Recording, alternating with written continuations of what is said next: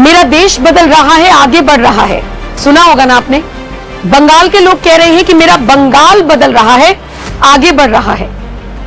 4 मई तक की तस्वीरें आपको सबने दिखाई। मैं आपको 5 मई की तस्वीरें अलग अलग तरीके से दिखा रही हूं। कोई भी तस्वीर, बंगाल की कोई भी खबर आपसे छूटनी नहीं चाहिए, क्योंकि बंगाल को जिन लोगों ने यह बताने की कोशिश की कि वो भारत का हिस्सा नहीं है, उनके मुंह पर 4 मई को जो नतीजे आए हैं वो करारा तमाचा है। जो लोग पूरे नॉर्थ ईस्ट को अलग करने की कोशिश करते थे, जो 7 सिस्टर्स को अलग करने की कोशिश करते थे, उन्हें भी देखना चाहिए कि सत्ता परिवर्तन जब होता है तो कैसे होता है। असम में हमने देखा, हालांकि वहां तो सत्ता वापसी हुई है, जो बताने के लिए काफी है कि मामा ने, यानी कि हिमंता बिस्वा शर्मा ने क्या शानदार, जानदार, जबरदस्त काम किया है। और अब आ जाइए बंगाल।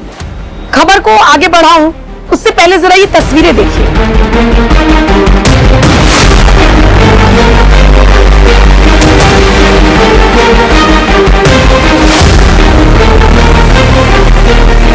क्या नजर आया आपको इन तस्वीरों में? बहुत सारे कच्चे पक्के से मकान हैं जो टूटे हुए हैं, जो कि झोपड़ियां टूटी हुई हैं। कुछ लोग हैं जो झोला उठाकर जा रहे हैं। अब इन लोगों को लेकर दावा किया जा रहा है कि ये बंगाल में रहने वाले वो रोहिंग्या हैं जो यहां पर अवैध तरीके से रह रहे थे। अब इन्हें समझ में आ गया है कि सरकार इनके अनुकूल नहीं है, बल्कि इनकी अब फजीहत होने वाली है। इन्हें यहां से जाना पड़ेगा। बगल के राज्य में जाएंगे, असम में, तो वहां भी बीजेपी की सरकार है। बिहार जाएंगे तो वहां भी बीजेपी की सरकार है। अब दाल गलने वाली नहीं है। और जो लोग ये सवाल उठाया करते थे कि बंगाल में एंट्री कौन दिलाता है घुसपैठियों को, अब ये सवाल उनसे दोबारा से पूछा जाएगा अब से कुछ टाइम बाद कि अब बंगाल में कौन नहीं घुसा रहा है घुसपैठियों को। देखिए, ये कोई हंसी मजाक का या राजनीति का मुद्दा नहीं है। घुसपैठ और घुसपैठिए हमारे देश के लिए, हमारी देश की सुरक्षा के लिए सबसे बड़ा खतरा है।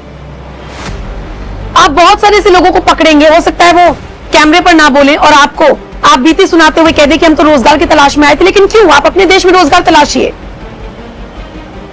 ढाका में खड़े होकर एक मंत्री कह रहे हैं कि रिफ्यूजी संकट बांग्लादेश में अब आ जाएगा। क्यों?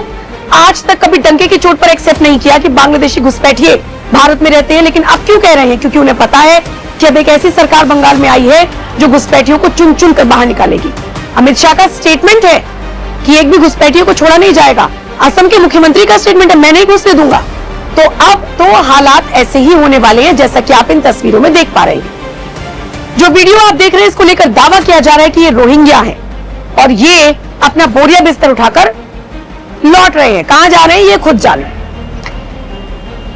इन तस्वीरों के साथ, इस वीडियो के साथ अमरेंद्र बाहुबली नाम के यूजर लिखते हैं, location Pandua railway station Kolkata, illegal encroachments raised by railway administration, Rohingya fleeing as soon as BJP arrives, Rohingya out, save Bengal campaign launch. यानी रोहिंग्या को बाहर निकालो और बंगाल को बचाओ, इस तरह का कैंपेन शुरू हो चुका है। रेलवे की जमीन पर कब्जा कर रखा था, उन सबको हटाया जा रहा है। बंगाल की तस्वीर अब बदलने वाली है, ऐसी उम्मीद है। लेकिन कब तक, ये हमें और आपको देखना होगा और इंतजार करना होगा। फिलहाल इस खबर पर, इन तस्वीरों पर, इन वीडियोस पर आप क्या राय रखते हैं? कितनी उम्मीदें आपको बीजेपी से है, खासकर अगर आप बंगाल से इस खबर को देख रहे हैं?